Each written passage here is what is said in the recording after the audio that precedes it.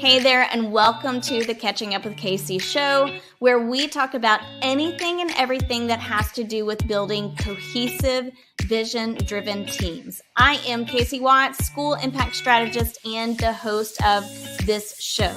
Now, if you are here, then you inevitably are an instructional leader who wants to make change happen, even when change seems impossible. And you can do that if you have cohesive, vision-driven teams that have done clarity work. They know exactly where they're headed and how they're going to get there.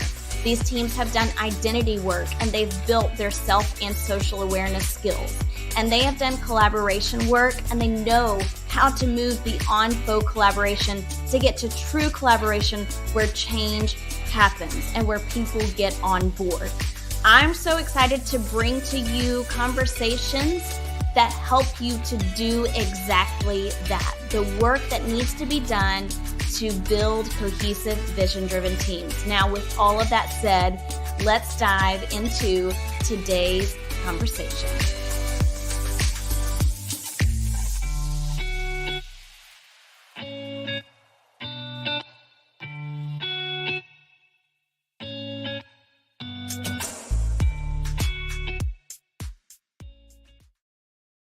Well, hey there, everybody. Welcome to episode 63. I am here with Allison Peterson. Hey, Allison. Hey, everybody. It's so great to be here, Casey. Thanks for having me. Yeah, I'm pumped about this episode because we're talking about really two hot topics and we're putting them together. We're talking about using PLCs to brew up coaching cycles. And in the name of this title, we have brought our coffee mugs. Matching coffee mugs. Even though she's in Texas, I'm in Georgia. Matching yours. My internet just cut out for just a second, so I didn't hear anything you just said. No, I said if anybody out there came to the live session and they brought their coffee mug, we want to know about it. So here's what you should do. You should take a selfie and post it to your stories in Instagram or Facebook, whichever, and tag us so that we know that you are watching with us and you've got your coffee mug and you're up for a little coffee chat over PLCs and coaching cycles. Let's do it. Yeah, absolutely. I love it. And if you want to tag us directly, you can see our usernames or what do you call those? They're not usernames. It used to be called handles. Is that like the old word for it? But that's what. Yeah. Let's go with it. That's what handle. That's what I handle. It's definitely not my username, guys. So don't try to plug this in as a username somewhere. It will not work. But yeah, I'm at Catch Up with Casey, and Allison is at Allison L. Peterson. Okay. Ian Peterson. Yeah. That's a tricky one. So tell everyone a little bit about our matching coffee mugs. Okay, so here's where this comes from. Yes, make change happen. And then you can kind of see it, Breakthrough Circle Retreat. So I have a mastermind group called the Breakthrough Circle, and we are masterminding right now around the idea of adult learning and generations and how the generations work in the workplace, which is amazing. But in the summer, this is our third annual in-person mastermind retreat, and it is for instructional coaches who are in the mastermind getting together and connecting. And it's really kind of beyond just learning about coaching, which we are doing together, but it is an amazing community of women that are coming together to truly just talk about the thing that we all have in common and we love, which is coaching. So it is open right now for registration for those who are thinking about maybe joining the Breakthrough Circle and coming in. We're going to Nashville, Casey. We're going to Nashville June 26th through 29th. So if you happen to be interested in considering coming to an in-person conference this summer, it's a small, intimate thing, but it is really powerful because of the size. So if you're interested in looking into that, just message me or Casey and we will get you connected to all the details. So mastermind retreat, if any of our Breakthrough Circle ladies are out there, we can't wait to see you there. Yes. And if any of our Breakthrough Circle ladies are here on this live tonight, drop us a comment, maybe share something unique about either Breakthrough Circle or Mastermind Retreat. I know other people would love to hear about it. And guys, it is just the most powerful experience. So we would love to talk to you more about it. So absolutely reach out to us. Yeah. So let's dive into the topic tonight. We are thinking about how to utilize PLCs to kickstart coaching cycles. Your coaching cycles. Yes, because my book is going to be coming out in April, and it's called Kickstart Your Coaching Cycles. And I've been doing the Kickstart Your Coaching Cycles challenge in the New to Coaching group, which was so great in January. And so now we need to make this bridge, this really important bridge between, okay, we've got these PLCs, we're doing those once a week. They're busy, busy, busy. They're keeping us busy as a coach, but how do we turn those? How do we brew up, right? How do we brew up some coaching cycles out of those PLCs? So I think it's going to be a great topic. Yeah. So what I want to do is start by telling you guys a little bit about how this topic came up. And I think it came up in a couple of different ways. Really, it originated when Allison started going through this Kickstart Your Coaching Cycle challenge. One of the things that we just naturally mentioned is how, we really can utilize PLCs to brew up coaching cycles. So we should do a live session about that. And it was just kind of casual conversation between the two of us. But then we noticed a post in the New to Coaching Facebook group. And I just want to briefly mention it real quick so you can see, or so we can kind of dive into some misconceptions about PLCs that go hand in hand with coaching cycles. So there was someone who was asking about PLCs and then also asking, well, should my coaching cycles come from PLCs? Like, should I utilize them to focus on topics that we talk about in PLCs? And then someone asked, like, asked this person who posted, how frequently do your teachers have PLCs? Coaching cycles for individual teachers really doesn't align with PLCs, as the focus should be student data and or data around teaching practices. And I responded to that and I said, this is a large task, but totally doable with time. And I said, I actually think coaching cycles can and should absolutely align with PLCs.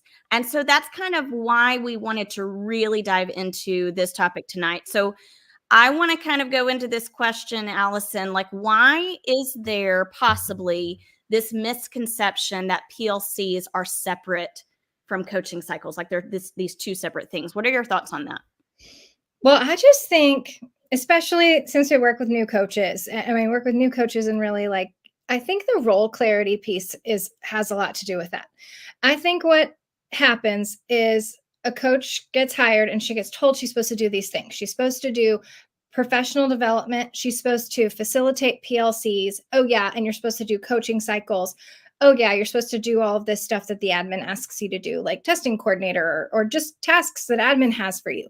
And so those things become very compartmentalized in the mind of the coach as like these different tasks that they're being asked to do. And so then they do one and then they do the other, and then they plan a PD, and then they go to PLCs, and then they kind of ignore coaching cycles because that seems kind of hard. And then they come back around to the PLCs and the PD because it's very, urgent. So I think what happens is we just compartmentalize these things and we don't realize that the coaching work needs to get all the way to the one-on-one level. And that if we're only working at PLC or PD level, then we're not getting to the one-on-one where we're going to help teachers change.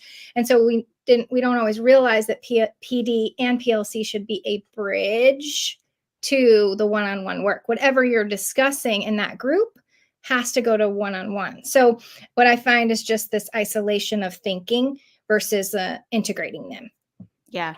And that's a hard thing to do. It's kind of an abstract concept to be able, well, number one, to go into coaching with little to no training for a lot of new coaches, but then also to think about how to synthesize those tasks, right? Yeah. And to see how they are all connected and to see how one can lead to another, or at least lend itself to another task.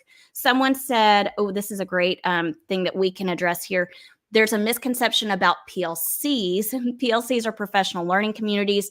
Teachers should be learning from each other in PLCs. Yes. Well, that's a whole nother topic we could go into, is what a PLC should be and what it actually is. So yeah.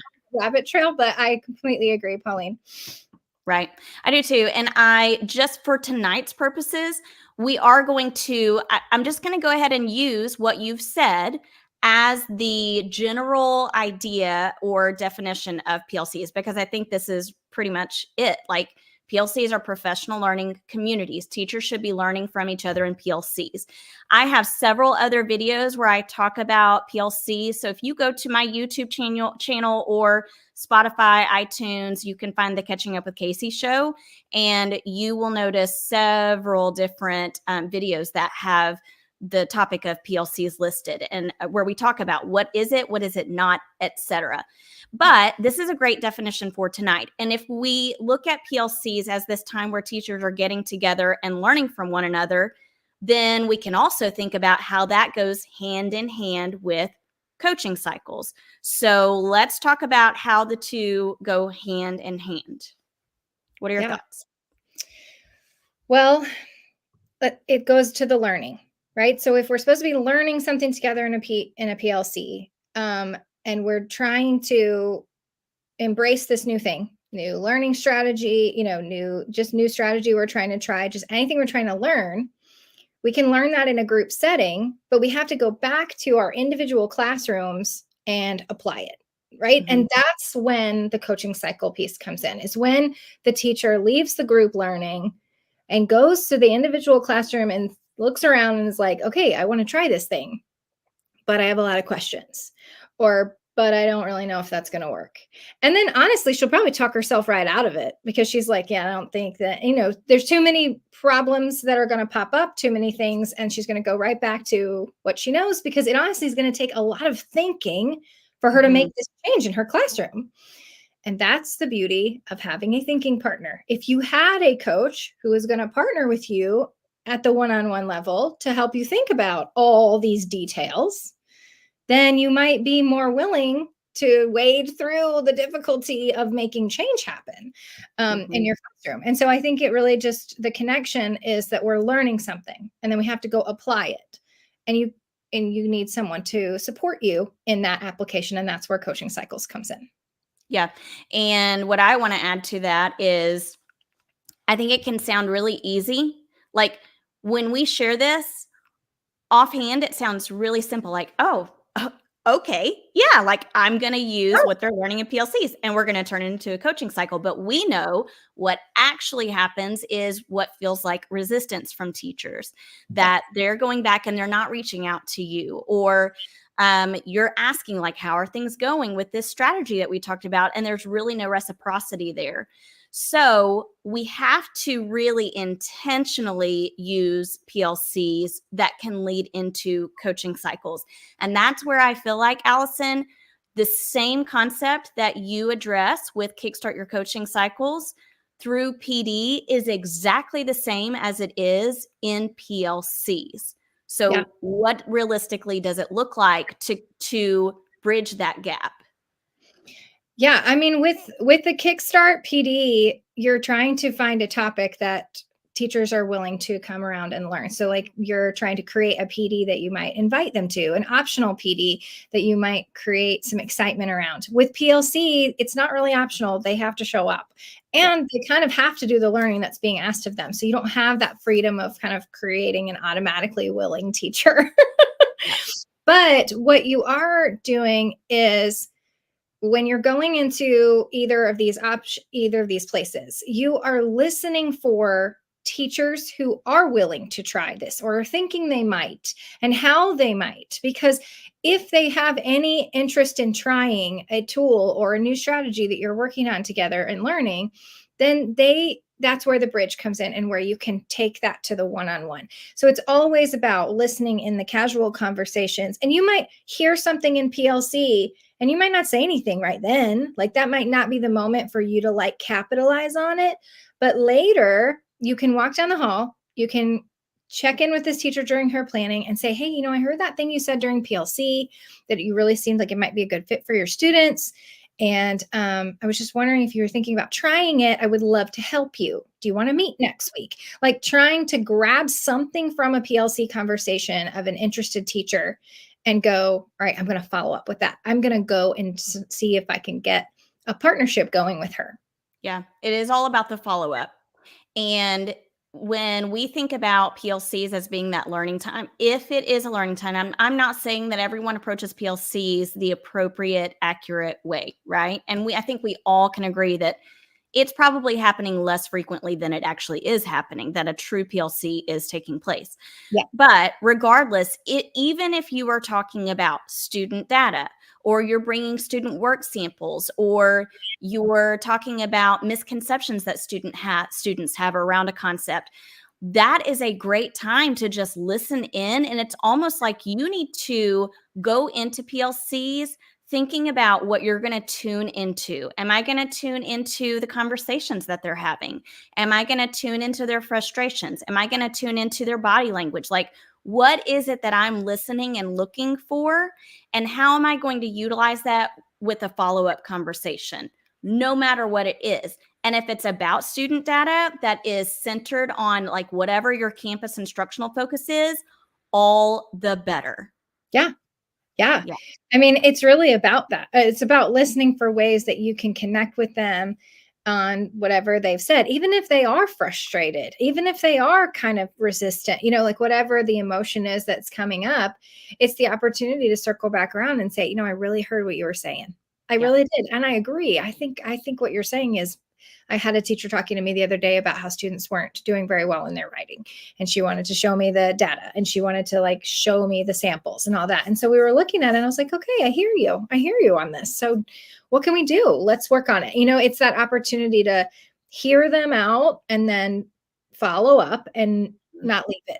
Not just leave it, but turn it into an opportunity for you to support them and help them come up with a creative solution that they maybe hadn't thought of before. Yeah, absolutely. Okay, so I want to show a couple of comments that we have here. So this person, I'm sorry, I don't know what your name is, but if you want to approve StreamYard, you can do that and we'll see who you are, or just post in the comments. This is Edna Hernandez. Awesome. Love it. Thank you for coming tonight. And thank you for contributing to the conversation. She says, during PLC, we always discuss areas of strengths, shout outs, and then areas of growth. Then we hone in on those needs and determine if we need to create a PD for an entire grade level, which we will usually try to have another master teacher or grade level lead. Or we individualize and encourage teachers to meet with our instructional coach for guidance. And I think that's so powerful that you are appealing to the needs of not only students, but the teachers and their wants also. Because if we're not doing that, it's going to make it even harder to get into a relationship and coaching cycles with them.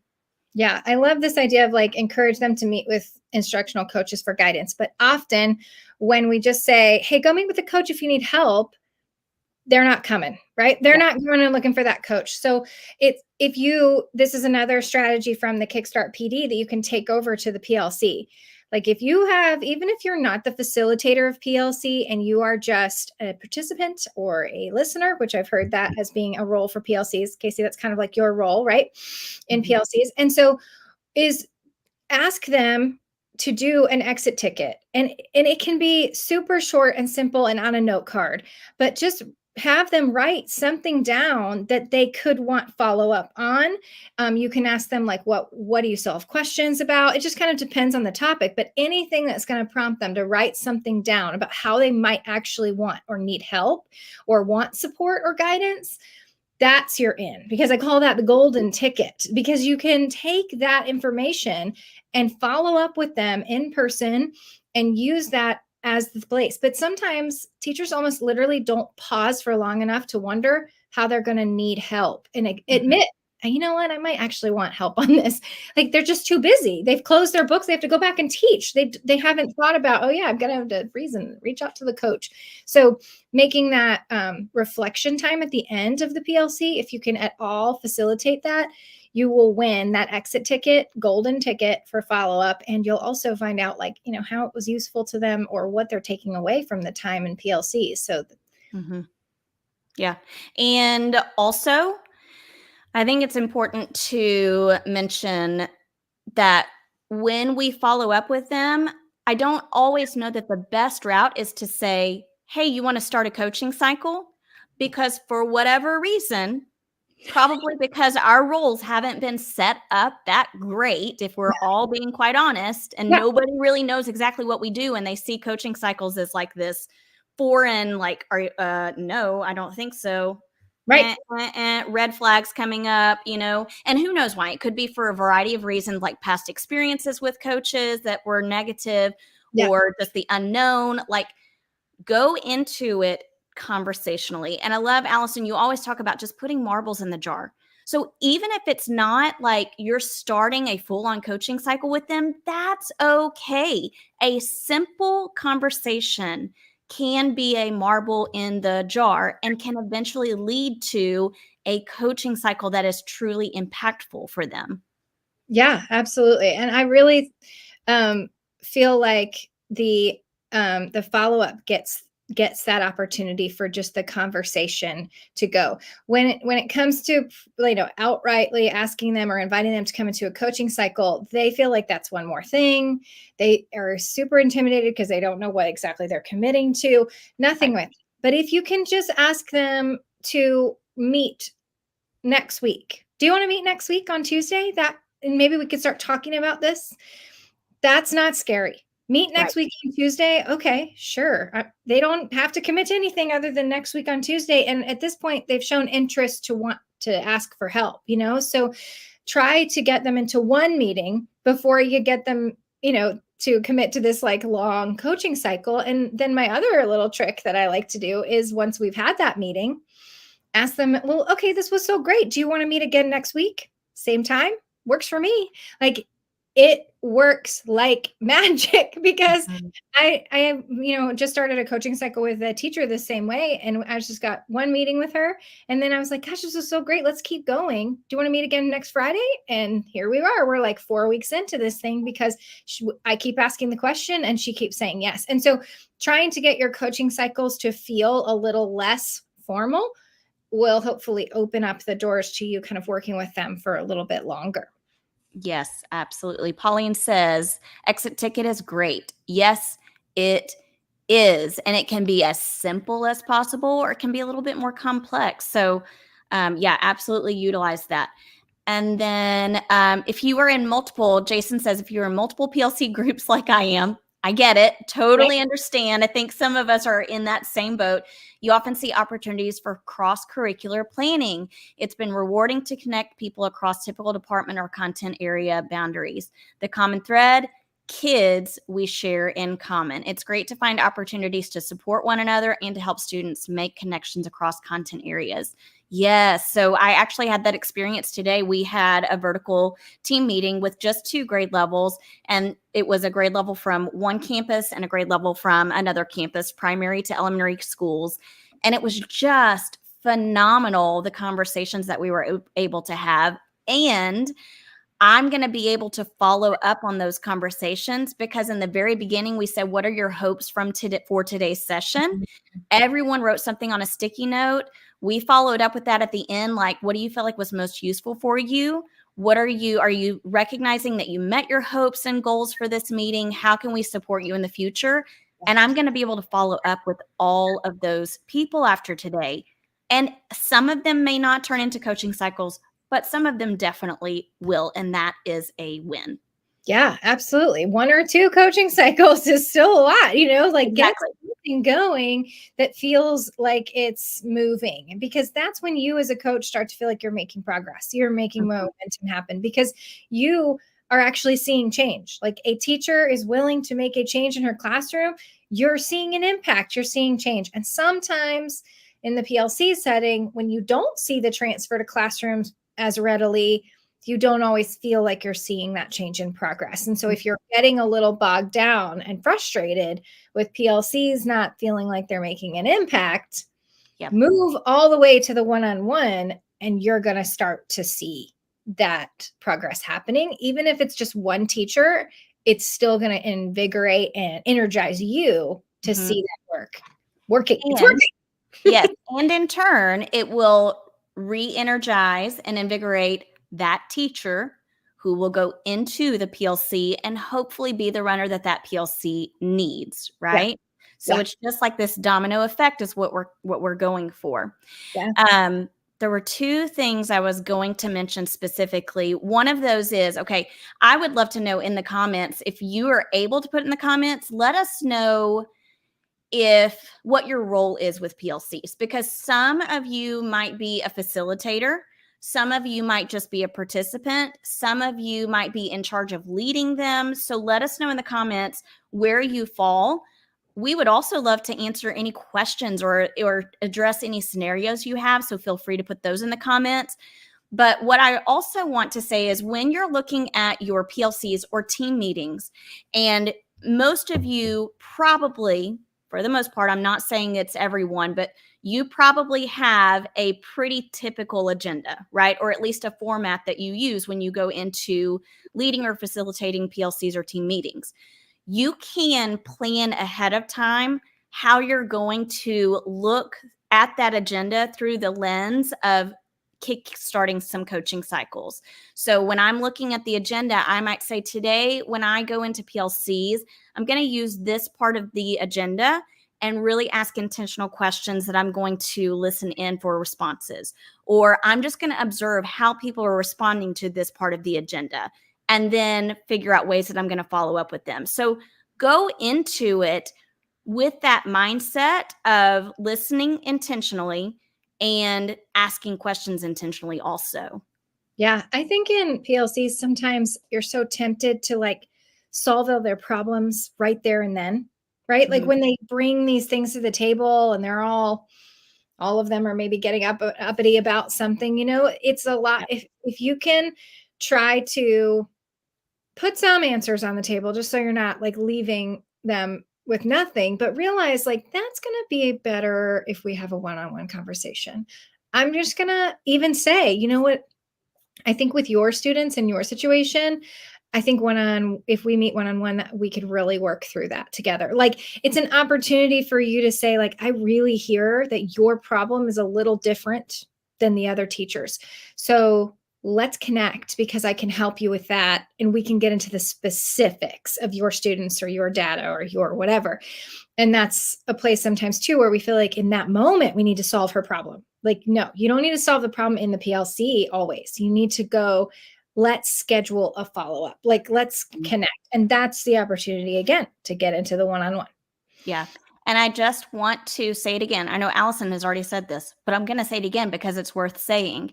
If you feel like your PLCs, because I'm seeing right here, Allison is saying, I'm trying to move our PLCs to be more PLC. Currently, we look at data, answer a question or two, and then move on. They don't function too well. Girlfriend, so many people are in that same situation, and it can become really defeating. And then you find yourself sending Marco Polos to your best friends and saying, I don't know how much longer I can take this. I'm frustrated. What do I do? And then your friend, Allison Peterson says, hey, don't forget, go to your one-on-ones, okay? Because that's where the magic is going to happen. So I'm just going to say, if you find yourself feeling defeated in that moment of working toward, like while you're working toward getting to more highly functioning PLCs, go to the one-on-one work and get those small wins. Okay. And then also I'm going to say, again, I've got several videos. You can find them on my podcast, YouTube, about PLCs and how to take them from being pointless to more purposeful. And yeah, so hit me up about that. If you guys are thinking PLC is not functioning the way they really should, please, please, please contact me and I'll get you some resources that will be helpful. Okay. Let's see. We've got several comments. Let's talk about this, Allison. I support data digs and help teachers with strategies. So in this situation, what are you thinking? If people are primarily looking at data, how would that translate into a coaching conversation and a potential coaching cycle? Well, I think, again, when this idea of looking globally at data, and it kind of depends on, let's assume they're bringing like maybe a grade level's worth of data or a department's data, something that is coming that's a little bit more global. If they're doing that, either the teachers and you're looking at a level that's kind of up here. And that's helpful in some ways. But when we get down to the nitty gritty and we try and figure out how are we going to improve this data, how are we going to change it, move it, help these particular students, then we still have to get to that one classroom and that one teacher and that one group of students. And we really can't, in group conversations, it's actually really hard to figure out, like, how am I going to support her with her data thing and her with her data thing and her, like, this is not really working. I need to go and meet with one teacher individually, talk to her about her situation, her students, her detail level work, and then help her come up with a plan, devise an instructional plan to respond to the data. What kind of things have you seen with like work samples? Have you been able to take like work samples and turn those into one-on-one conversations? Yeah, and that's probably one of my very favorite things to do, just because it's so personal to them, like, oh, these are my students, and I'm going to have to turn around and implement some of these strategies that we're talking about because I want to see my students grow. But the best way to go about that is to use common formative assessments. And that way, like, especially if you have a baseline work sample and you have, as a PLC, set a goal for, we're going to be working on this standard or this instructional focus for the next 4 weeks. In 4 weeks, we're going to come back together and bring our work samples and talk about student growth. And that allows me as an instructional coach to check in with them over those 4 weeks and just say, how are your common formative assessments going? What is the progress that you're noticing? Why? What's contributing to that progress, or what's getting in the way? Let's talk about it, and let's see how the instructional strategies we talk about will support the upcoming growth. And that way, when we get back together, you can share those instructional strategies. Yeah. So that's kind of how. Well, and those one-on-one conversations make it so that when you get back to PLC, you get to bring it all together of like, okay, well, I talked to her and she, I really saw her student data and her, like, you help to bring that all together and help everybody see those pieces. So I think that's so helpful.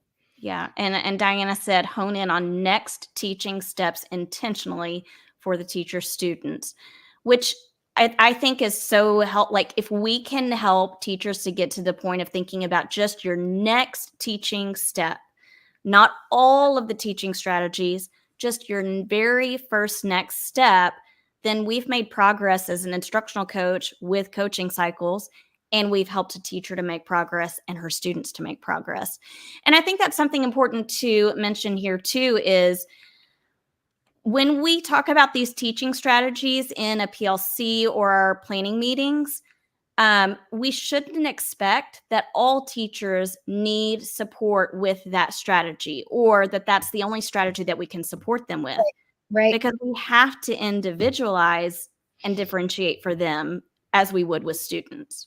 Yeah, and I think we know that, but the structures that we are in, which is PLCs and PD, don't lend themselves to that. And so we have to work really hard to push past those structures, those group structures, and get all the way to the point of helping her with her next steps, because they're different than the next kindergarten teacher next door. Like, it doesn't matter that they teach the same grade level, different group of students, different next step for sure. Right.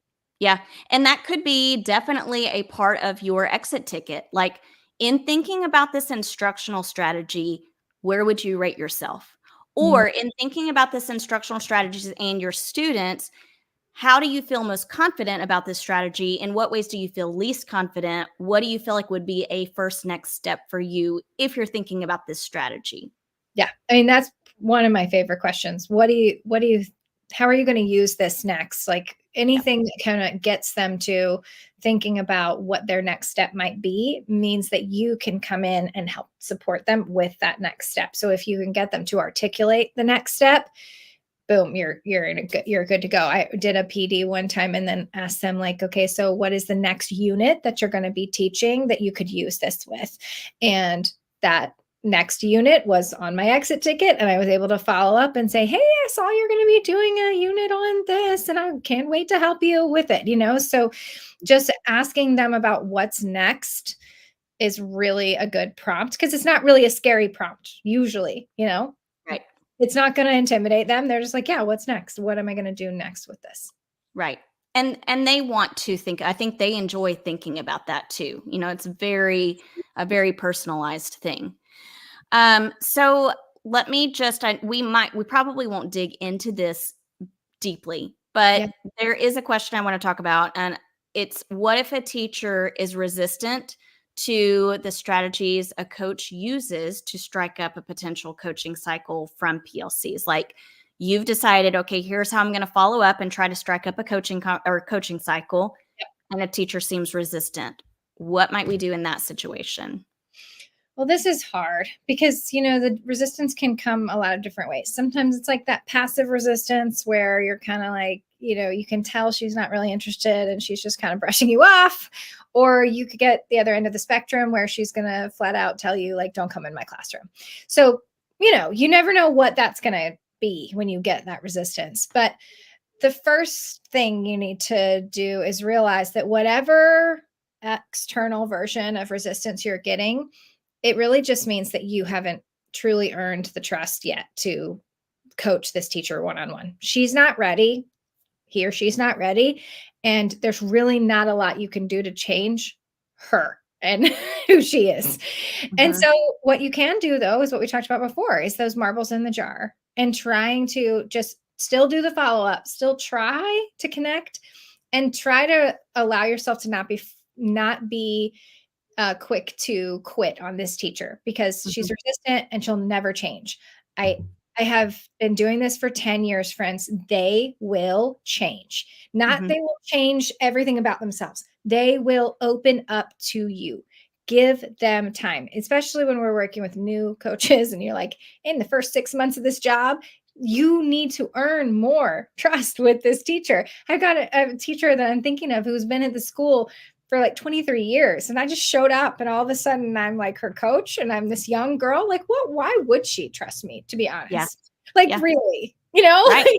what have I done to earn that? So I have to be really mindful of the fact that the relationship's not there yet, but I have to keep investing in it because it will open up. Yeah. The conversations that I have with this teacher sometimes are completely like not related to school. They're about her grandsons and some of the things that she does over spring break. But those are things that have opened up relationship for me. So when it comes to that, is trying to continue to invest in relationship and realize that they are going to come around, and you just be patient, and then switch your focus. Like, if you've got the resistant teachers and they're coming and they're giving you the blockade, okay, you're going to swing back around to them, but go find the runners, go find the teachers who are willing to work with you, who are ready to dive in, who are ready to get going. Because like you said before, Casey, it's a domino effect. Like, if you Mhm. can get a couple others on board, and then she's still coming to PLCs being resistant, but they're being on board, she's not going to have it so easy anymore. She doesn't have anybody to resist with.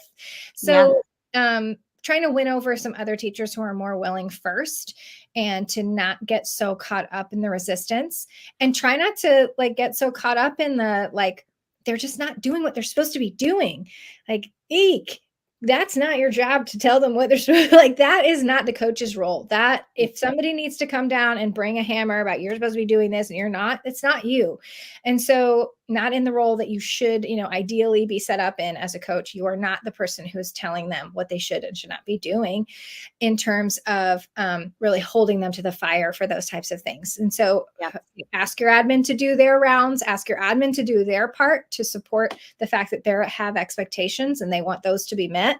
And so, you may have to partner with admin if it gets really resistant, but for the Mhm. most part, give them time and continue to earn trust and go and work with the runners because they're ready and willing, and they could turn the others to come your way. Yeah. And partner with your admin no matter what. Yeah. So, if at all possible, partner with your admin, clarify your role, clarify what your role is with PLCs, clarify what are PLCs, what do we want them to be, what do we want them not to be. Hey, admin, here's how I'm thinking about utilizing PLCs to brew up some coaching cycles. So, guys, we're going to come to a close in our conversation tonight. But I do want to know in the comments what you felt like has been most useful for you in this conversation. And Allison, let's share what we really hope for people to take away. besides the fact that tea and coffee is so much better from this mug. Mm. So These this are custom made, by the way. We made these together. ourselves. It says "Make change happen" on that side. I love that we get to drink out of our matching coffee cups, and we have to design a new one for our Nashville retreat. Takeaways. Okay, the takeaway is there is some coaching cycles brewing in those PLCs. You just didn't even realize you need to get your coffee cup out and start getting some coffee out of those. No, really, though, I think often we miss that the opportunities for coaching cycles are right in front of us. We're very worried about the task of PLC and making it and facilitating it and leading it and da da da da. And we're busy with that. Like, it is consuming. So I think that the key is to realize that, like, put your coaching hat on, start looking for the coaching cycle opportunities, and not necessarily even for a cycle. Like, hopefully it turns into that, but how can you go support them one-on-one?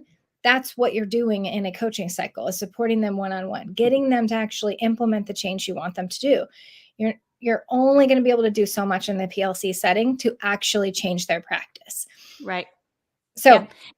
And I want to add to that, or extend it really. Keep your coaching hat on in all areas. So think about synthesizing all of your coaching work and really try to frame it in your mind as this idea of all of these pieces fit together to create a nice, neat, beautiful, big picture puzzle. How do they fit together, though, instead of trying to compartmentalize them so much? Yeah. And I think it goes back to what we're hoping to do. We're hoping to make change happen. Mm-hmm. And if you want to, we want to make big change happen in our schools. We want initiatives to push through. We want all of these things. And we know that we can change education if we do this, right? Like, we have a passion for that.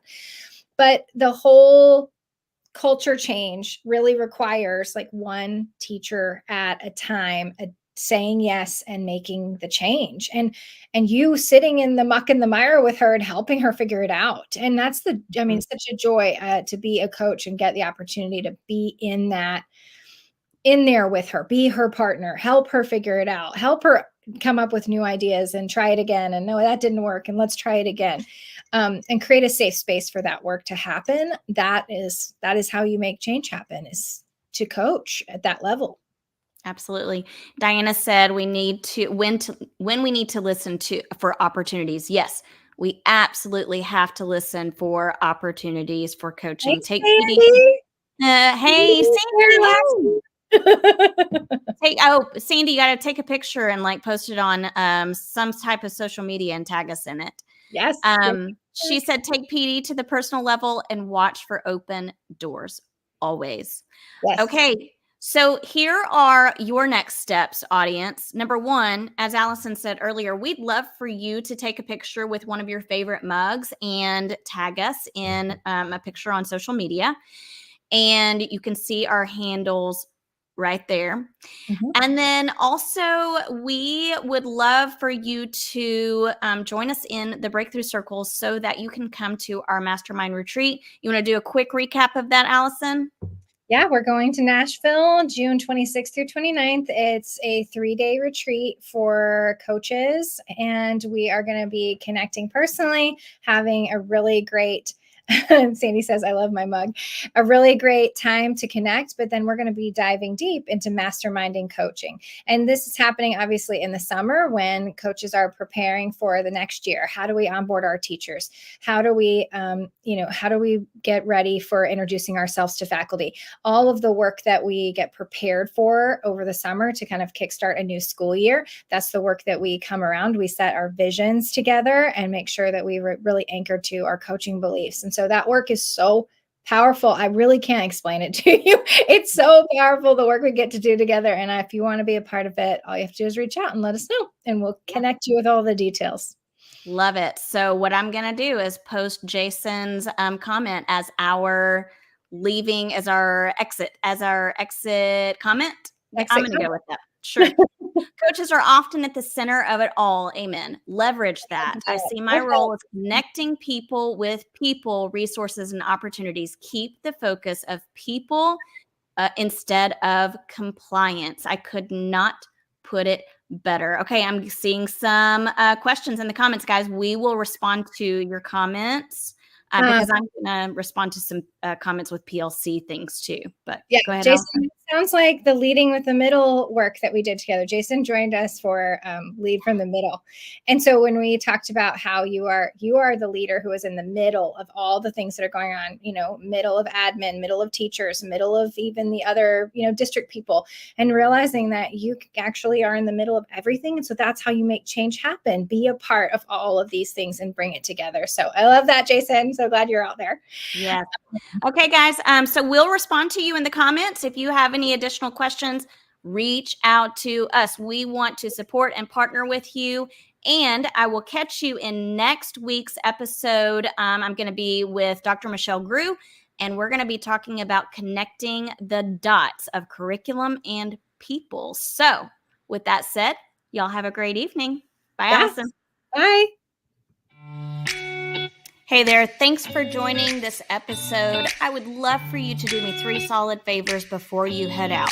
Number 1, subscribe to this show. I've got a lot of great guests and content coming up, and I don't want you to miss any of it. Number 2, share this show. Share it with your like-minded colleagues and friends and those leaders who are eager to build cohesive, vision-driven teams.